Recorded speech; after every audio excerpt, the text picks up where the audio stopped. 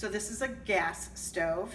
The preheat is going to be exactly the same as the preheat on the electric. So again, just a quick review, I'm gonna press bake. If I need it at 375, I can push start and it's going to preheat.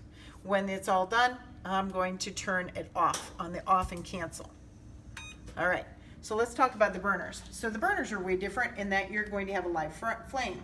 So for me, if I'm going to make anything, let's say I'm gonna make some pasta and I need to heat up water to boiling, I'm gonna put my pan with my water in it right on top.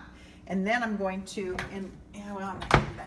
I'm going to turn my stove on, or my stovetop on, but my dials are down in front. You have to be super careful not to bump these because you can accidentally bump and turn them on.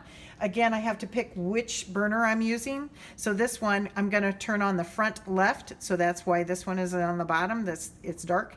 So I'm gonna push in my knob and then I turn it to ignite. And you're going to hear it clicking, and you can see it. As soon as it does that, then you're going to turn it off of that lighting, because what it's doing is striking a match inside there is more or less what it's doing.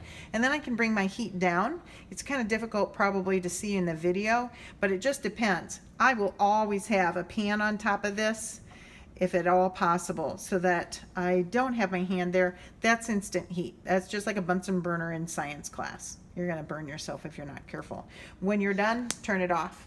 One thing, I don't care for knobs on the front. Mine has it, and our dog has turned our gas on, so we have to be super careful not to have that happen. One last thing I'm going to show you is how to set the timer.